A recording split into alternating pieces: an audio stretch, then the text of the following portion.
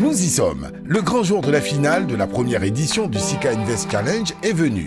Le stress est à son comble pour ce jour du côté des finalistes qui arpentent la dernière ligne droite. Ce 17 juillet, les 3 équipes seront face au jury pour tenter de décrocher le titre de vainqueur.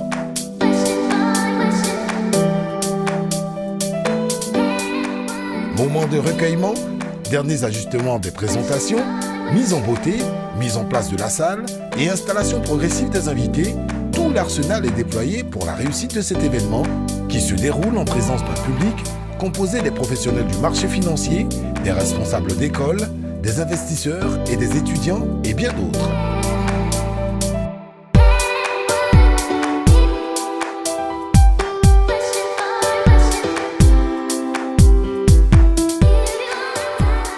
Que la peur soit chassée éternelle. Tu as vu combien de fois nous nous sommes sacrifiés, nous avons passé des nuits blanches. Soutiens-nous Jésus, soutiens-nous et que tu permets que ce soit le meilleur d'entre nous. Regarde le nom de Jésus. Amen.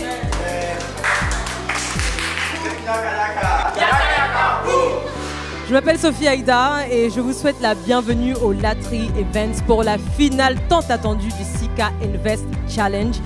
Mesdames et messieurs, distingués invités, lors de la finale, discours de à ces 9 Alfred. étudiants qualifiés pour cette finale et regroupés en 3 équipes, nous avons offert un encadrement pertinent afin de leur donner une bonne base pour leur future insertion professionnelle. En effet, depuis le 12 juillet jusqu'à aujourd'hui, nous les avons logés, nourris et blanchis. C'est important de faire la précision en ces temps d'inflation. C'est pas facile. Et je voudrais profiter de l'occasion pour dire merci au coach. Chaque équipe a eu droit à un coach. Merci à Mira Bouantara de EcoBank Asset Management. Merci à Franck Diago de NCA Asset Management. Merci à Dali Gouta qui est venu spécialement du Togo pour s'occuper de l'équipe de HEA ici présent. Merci à Arnaud Jean de Phoenix Capital Management. Merci à Pierre Singuessan de Sirius Capital. Et je voudrais aussi dire merci à Kwaku Akubia Chris de Société Générale Capital Securities qui nous a beaucoup assisté lors des phases de formation. Je ne saurais terminer ces remerciements sans dire merci à tous ces mentors, à ces messieurs qui sont venus pour partager de leur expérience du marché financier avec ces jeunes. Merci à Paul-Harry Edna, DG d'EcoBank. Merci à Marc Juni, DG de Société Générale. Merci à mon ami et frère Christian Waka de As Capital. Et merci à Madame Yacine Fall, qui est la directrice de cabinet du président de la BAD. Sika Finance, on connaît des grands types.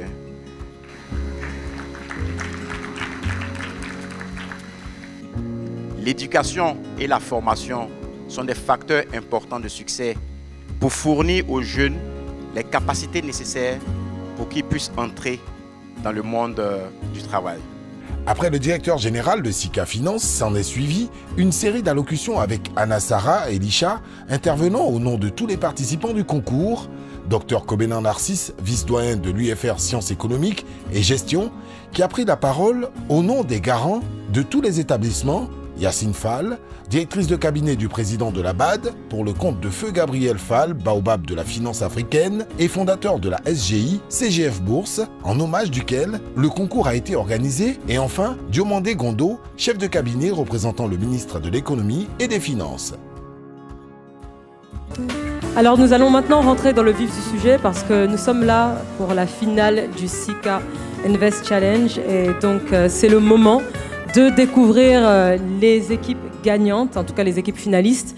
Et avant, bien sûr, de les inviter sur scène, il y a un jury qui va devoir départager, délibérer pour nous dire qui sera le grand gagnant ce soir de la première édition du Sika Invest Challenge. Ils ont été avec les participants tout au long de cette aventure et c'est eux qui ont, on va dire, leur destin entre leurs mains ce soir. Et donc maintenant, sans plus tarder, je vais demander aux finalistes de venir et de monter sur scène. Je vais commencer par Pigier, l'école de commerce. Est-ce que les participants, ou en tout cas les finalistes qui représentent Pigier, peuvent me rejoindre ici sur scène, s'il vous plaît? Au soir du 17 juillet, nous allons remporter la première édition du concours SICA Invest Challenge. Et à la finale, on va créer encore la surprise et on va remporter ce trophée-là. En ce jour mémorable, ma voix se fait panégyrique pour apporter un peu de moi au dénouement de cette saine émulation, à la finale de SICA Invest Challenge. Zian, mon Zian. Aujourd'hui, l'excellence porte 3 noms. Traoré Aboubakar, Konena Oudia, Gueye Evariste, tout droit venu du prestigieux institut, du prestigieux groupe Pigier, cet institut accoucheur d'étoiles depuis 1956. Et comme les murmures qui caressent l'écorce de l'arbre à palabres finissent par fouler le seuil de la case la plus reculée du village, moi je crois que leur mérite ne s'arrêtera point aux portes de ce jour. 149,21% de performance à leur portefeuille. Ce n'est pas moi qui le dis, ce sont eux les plus forts, ça je crois l'avoir déjà dit. Vaillants financiers, vaillantes financières, voici venu le moment tant attendu, l'instant fatidique. Il est temps que je parle silence et que votre présentation ne me fasse point mentir. Suite au décor planté par le slammer Niwoulou, et après cette brillante introduction, suivons avec attention la présentation de l'équipe de Pigier. Ce soir, notre présentation sera faite autour de 4 points, dont je suis chargé de vous présenter les 2 premiers, à savoir la performance globale réalisée et la performance au mois d'avril. Alors, sans plus tarder, je commence par le premier point. Alors, nous avons utilisé une stratégie basée sur l'analyse fondamentale pour nos choix par anticipation et l'analyse technique pour nos choix par réaction. Cette technique nous a permis de passer d'un portefeuille d'une valeur de 20 millions au 1er avril 2021 à un portefeuille d'une valeur de 49 800 000 francs au 30 juin 2021. Soit une performance globale de 149,21%. Et ça s'applaudit, je vous en prie.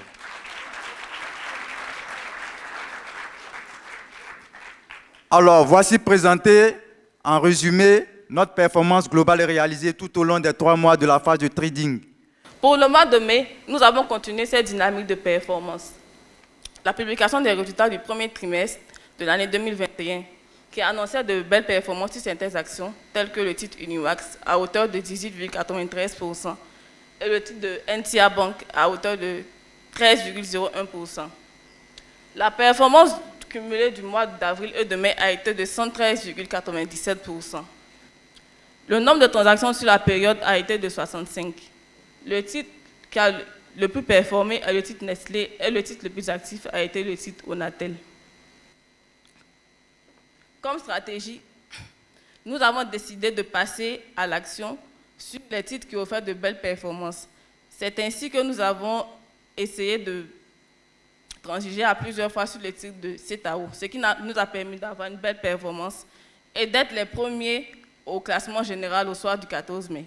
Alors, Évariste, qu'en est-il du mois de juin? Maintenant, nous sommes au mois de juin. C'est la dernière période de la compétition. Et donc, il était question d'encaisser, c'est-à-dire que chercher à acheter les actions qui offraient le maximum de plus-value afin de pouvoir, n'est-ce pas, encaisser ces plus-values-là et nous propulser dans la compétition.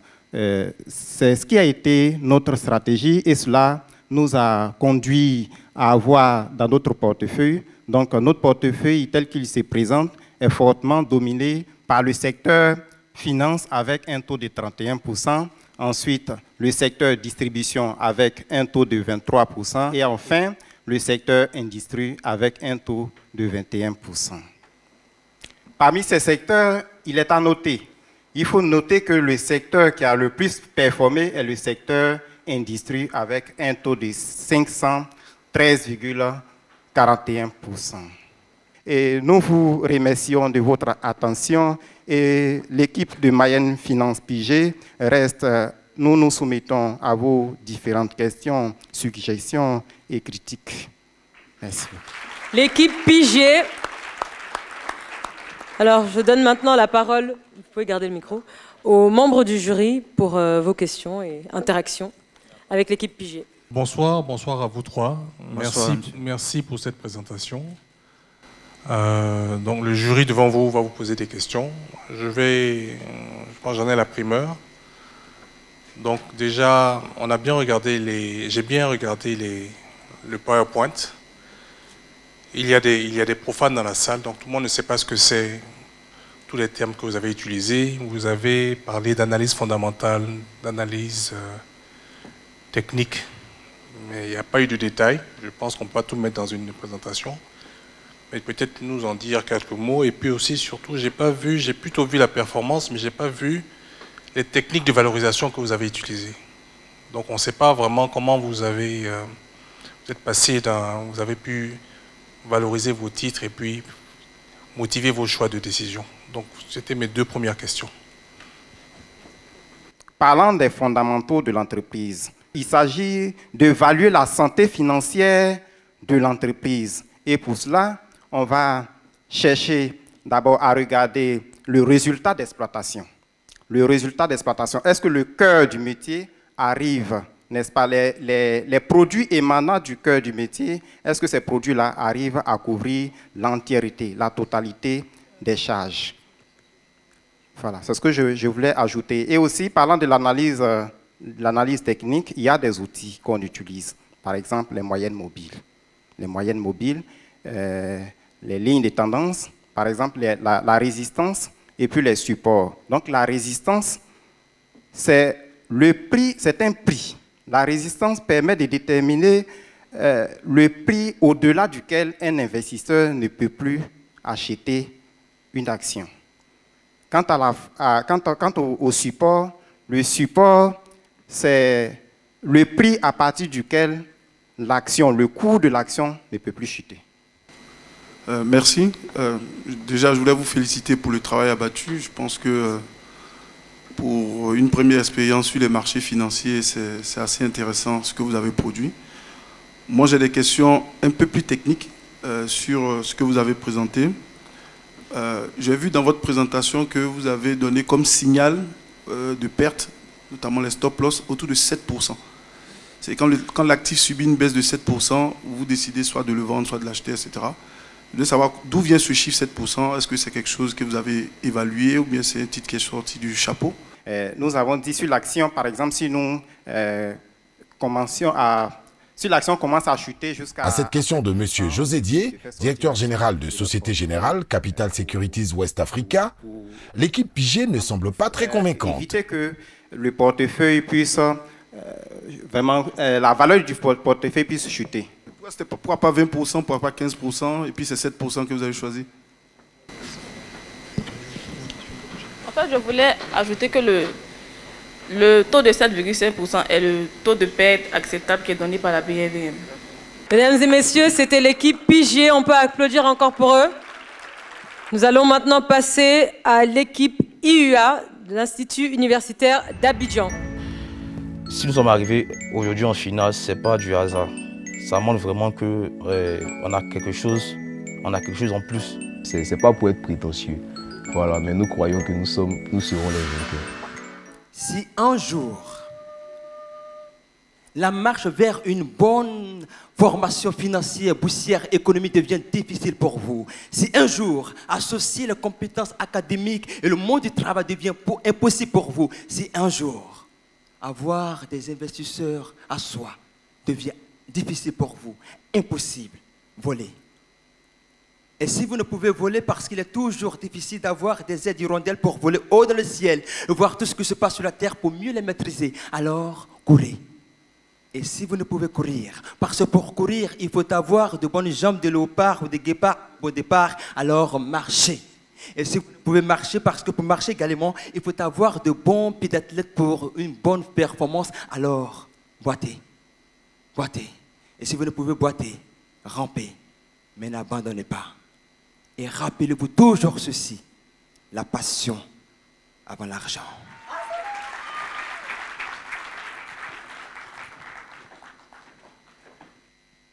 Le 1er avril 2021, il nous a été donné un portefeuille de 20 millions. Allant de la période d'avril à juin 2021, nous avons réalisé un boni de plus de 21 millions. Et à ce jour, notre portefeuille est valorisé à 41 millions, soit une plus-value confirmée de plus de 107%. Alors, vous constatez avec moi que les volumes de transactions dépassent les 20 millions qui nous ont été confiés. Et notre portefeuille a aussi tourné plus de 9 fois en voulant parler du taux de rotation. Alors là, vous avez la performance de notre portefeuille par secteur. Nous avons le secteur industriel qui a contribué à la performance de notre portefeuille à hauteur de 53%, suivi du secteur de la finance qui a aussi contribué à la performance de notre portefeuille à hauteur de 11%, et ainsi de suite. Chers membres du jury, pour la suite de notre présentation, je passe la parole à Sephora. Et avec moi, nous verrons la valorisation et comment nous avons porté nos choix. Il faut dire que nos choix se sont portés sur les entreprises qui ont effectué une performance supérieure à 11,3% sur les 3 mois d'avril à juin durant les 3 années précédentes. Et ensuite, nous avons déterminé toutes les entreprises qui ont un fort potentiel de croissance durant cette période, vu que c'était là notre horizon de placement. Et après, nous avons choisi nos valeurs en fonction de ces méthodes de valorisation, à savoir le PER, le PBE, la marge d'exploitation et le taux de profitabilité.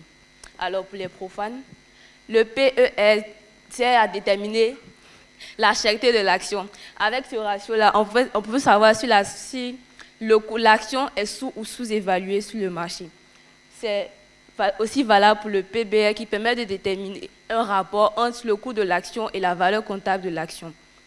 En ce qui concerne la marge d'exploitation, elle permet de déterminer la partie du bénéfice qui découle directement de l'activité. Alors, je laisse la place à mon condisciple Mabéa pour la présentation du secteur finance. Ici, les fondamentaux, nous avons retenu deux indicateurs qui sont le taux de profitabilité et la marge d'exploitation. En ce qui concerne le taux de profitabilité qui tourne autour de 40%, cela signifie que la société BOA Côte d'Ivoire, cela signifie que les bénéfices de la société BOA Côte d'Ivoire contribuent à 40% de son chiffre d'affaires. En ce qui concerne la marge d'exploitation qui tourne autour de 52%, qui traduit la part du bénéfice tiré de ces activités dans le résultat même de l'entreprise. Je dirais pour finir que c'est tous ces éléments qui nous ont permis de valoriser l'action autour de 6 000. Alors nous voulons terminer par cette belle citation de Bridget Graham. On the stock market, we have two choices. Get rich slowly or get forward quickly. Nous vous remercions. Brillante conclusion de l'équipe de l'IUA avec l'étudiante Ligue et Sephora. Voyons à présent si ces étudiants arrivent à interagir aussi aisément face aux questions du jury. Et interaction. Bonsoir. Bonsoir, monsieur. Merci pour cette très belle présentation. Merci, monsieur. Je voudrais juste vous poser une question. Votre dernier exemple, c'était SICABL. Quelle est l'activité de SICABL? En quoi est-ce que SICABL est une société spécifique? Et en quoi est-ce qu'elle est comparable à d'autres sociétés de son secteur? Donnez-moi d'autres sociétés de son secteur et dites-moi en quoi est-ce que ces sociétés sont comparables. Merci, monsieur, pour la question. SICABL a pour activité de vendre des câbles, des fils électriques. Maintenant, dans son secteur, je peux comparer la société avec la société SMB, qui a pour activité de construire des routes. Maintenant, au niveau des différentes performances, au niveau des différents indicateurs, lorsqu'on a fait la comparaison, on a vu que c'est SICABL qui était préférable d'acheter, parce qu'ici, on avait SICABL qui avait un taux de rendement élevé et un taux de rendement élevé avec une action qui coûtait moins cher. Félicitations encore pour le travail abattu. Ok. Bon, je pense qu'on a fait le tour peut-être des questions techniques. Il ne reste plus que 2 minutes. Je suppose que pour vous, ce challenge, ça a été une aventure très intéressante. Est-ce que vous pouvez me dire ce que vous avez retenu de cette aventure et quels sont les concepts clés que vous avez retenus de tous les échanges que vous avez eus avec tous ces différents mentors que vous avez eus ces dernières semaines? Waouh! Bon, je crois qu'à ce niveau, chacun de nous aura à parler. Mais moi particulièrement, il faut dire que cette expérience a été très, très, très bénéfique pour moi. Parce que j'ai appris beaucoup de choses, comme je le disais à l'entame, avec notre mentor, moi je l'appelle mon mentor déjà, M. Daniel Agré. Il a disposé certaines formations pour nous, qui nous ont permis de renforcer nos capacités. Aussi, durant le bootcamp, nous avons eu à rencontrer des professionnels du métier qui nous ont prodigué, qui nous ont distillé assez de conseils. Et moi, je sors avec cette petite citation. Je crois que l'islam eux-mêmes a eu à dire la passion avant l'argent. Alors, je tiens vraiment à remercier tous ceux qui ont organisé ce concours à la tête, M. Daniel Agré. Moi, particulièrement, j'ai aimé, on griffe, j'ai aimé, comme on le dit. Et si c'était à refaire, je le refais l'année prochaine. Bon, pour moi, tout ce que je retiens, c'est que le virtuel est différent de la réalité en bourse. C'est tout. Et la dernière équipe, c'est l'INPHB, Institut National Polytechnique, Félix Houphouët-Boigny. Bon, c'est une finale quoi, il y aura un gagnant. Chacun espère gagner, qui vivra verra. Nous avons la foi en Dieu, nous avons les compétences. Merci, à nous la victoire.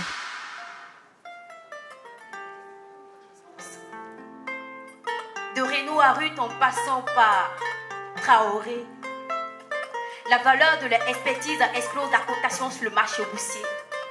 La capitalisation de leurs énergies surpasse celle du naturel. Hier inconnu, aujourd'hui incontournable pour leur école qu'ils portent avec fierté. HEA, école d'emblème d'assurance. Challenge après challenge, en fusionnant leur nuit d'espoir, on espère que ce soir, la transaction avec le jour se fera pour l'équipe de Capital Investment. Merci.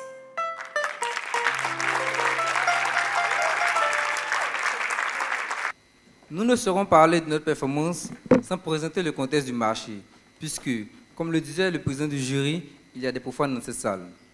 Le marché, notre marché, la BRVM, c'est 46 sociétés réparties en 7 pays de la zone UEMOA, en 7 secteurs et en 9 indices. Notre marché, en termes de répartition géographique, est dominé par la Côte d'Ivoire, avec 76% en termes de sociétés. Quelles sont donc les titres que nous avons achetés, la performance réalisée et surtout la stratégie utilisée pour aboutir à cela? Siagbe Renault. Merci Fungo.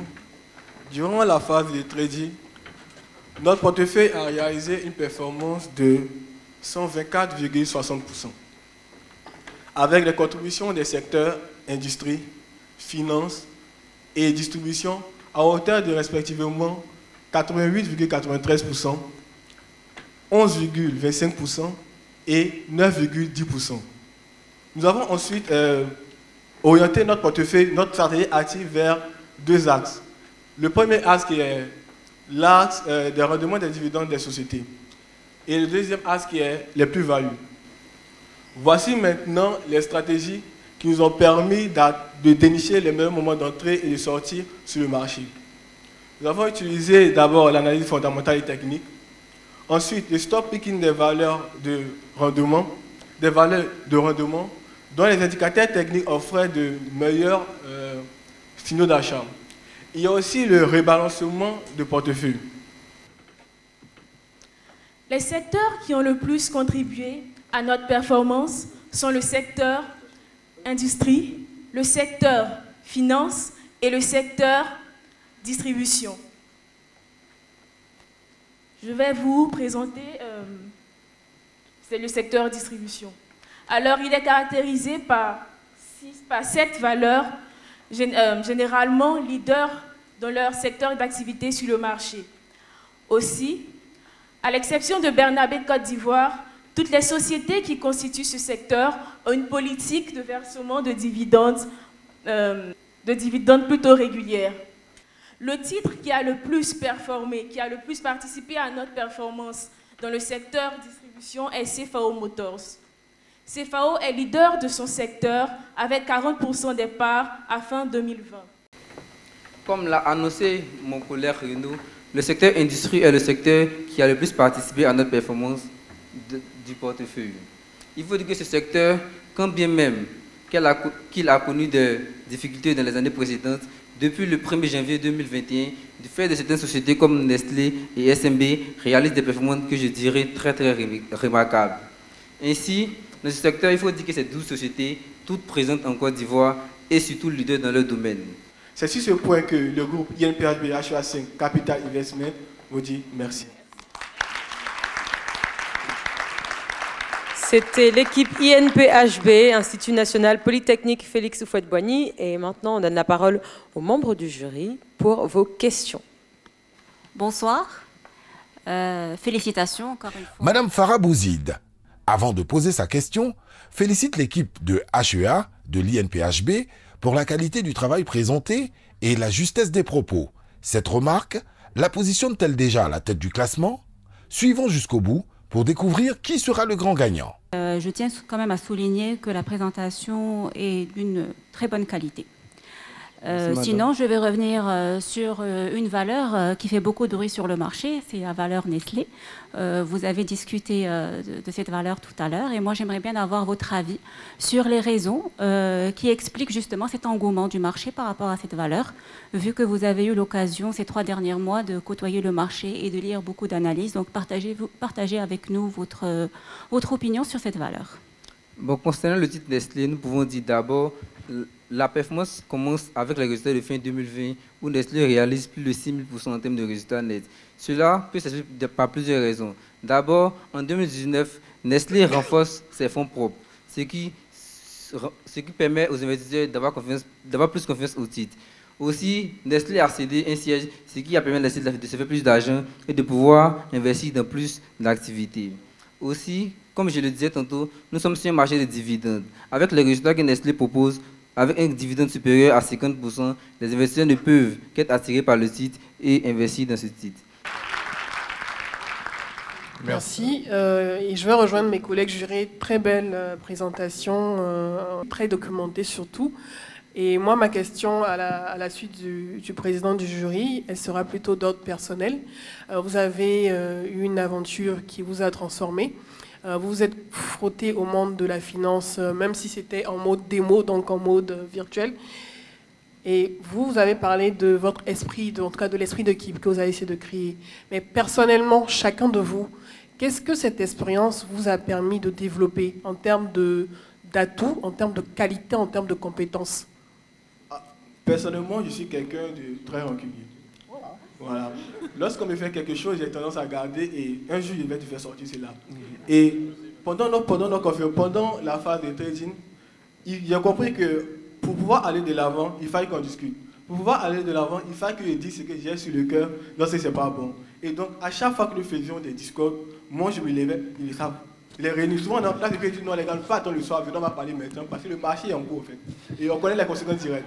Donc, je les porte, on sort, et s'il y a des amis dans la classe, ils peuvent le dire, on se met à crier. Et quand on finit de crier, on ressort de cela, nous sommes tous joyeux, nous commençons à rire, parce que nous savons que nous avons fait un grand pas, un pas vers l'avant. Et moi, comme je peux le dire, aujourd'hui, il n'y a plus ce problème d'être rancunier. Dès que j'avais un problème avec quelqu'un, je t'appelle, je te dis la vérité, et on avance. Voilà.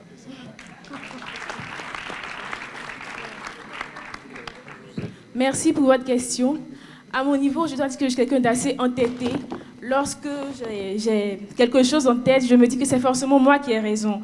Et grâce à cette expérience, j'ai pu découvrir que le fait que j'ai raison ne veut pas dire que l'autre a tort. Il faut apprendre à avoir une ouverture d'esprit pour performer ensemble. Merci. En ce qui me concerne, c'est plus l'esprit d'équipe. De nature, je n'aime pas les travaux de groupe. Quand on dit un terrain d'équipe, automatiquement je me fâche. Je veux que mes performances soient associées à ma personne. Il est fort, mais avec ça, j'ai compris que ce n'était pas ça. Puisque ça m'a permis de comprendre qu'en entreprise, je vais travailler avec des personnes et on va devoir avoir la même vision pour pouvoir avancer. Donc je me suis pour cette initiative parce qu'elle m'a permis de lutter contre ce défaut-là. Alors nous sommes arrivés au terme de la compétition avec nos 3 équipes. Donc je rappelle l'équipe Pigier, l'école de commerce, l'équipe IUA, Institut universitaire d'Abidjan, et l'équipe INPHB, Institut national polytechnique Félix Houphouët-Boigny. Et maintenant, le jury va se retirer pour délibérer. Nous leur donnons quelques minutes afin qu'ils puissent revenir avec le nom de l'équipe gagnante de cette première édition du SICA Invest Challenge. Alors, mesdames et messieurs, s'il vous plaît, je vais vous demander d'accueillir Joël l'humoriste. Hi. Comment gérer un portefeuille? En général, cette question-là, on la pose à qui? Aux hommes. C'est nous, tous les jours, on ouvre portefeuille. Et puis, ça dépend quelle action tu as dans ton portefeuille. Si tu as des actions de Cocody, bon, très souvent, les actions de Cocody sont un peu fortes, parce que très souvent, elles n'ont même pas besoin même de solliciter l'épargne ailleurs. À la maison, mais déjà, même le portefeuille est renforcé. Or, quand tu prends un portefeuille de Yopougon, parce que le portefeuille de Yopougon, là, les actions, là, ça chute trop. Donc, tous les jours, tu dois apporter pour que au moins l'action soit maintenue. Très souvent, mais ce n'est pas toi seul qui gère ce petit portefeuille-là. Il y a d'autres portefeuilles qui gèrent ces actions-là. Vous voyez ça du jeu? Comment gérer un portefeuille de façon efficiente? Il y a des moments, les actions-là même là, il faut le laisser, mais elles vont se gérer. Toi, tu es le porteur d'affaires, mets l'argent dans le portefeuille, puis il y a les actions, comment elles vont faire? Il y a des gens aussi, ils aiment gâter les actions. Ce n'est pas toutes les actions, on met beaucoup d'argent dessus. Hein? Pour créer l'inflation bêtement. Mesdames et messieurs, Joël Lemoriste, le portefeuille stable. Est-ce qu'on peut applaudir encore pour lui, s'il vous plaît? Ne vous collez pas trop, on ne sait jamais, hein, parce que... You know. OK. All right.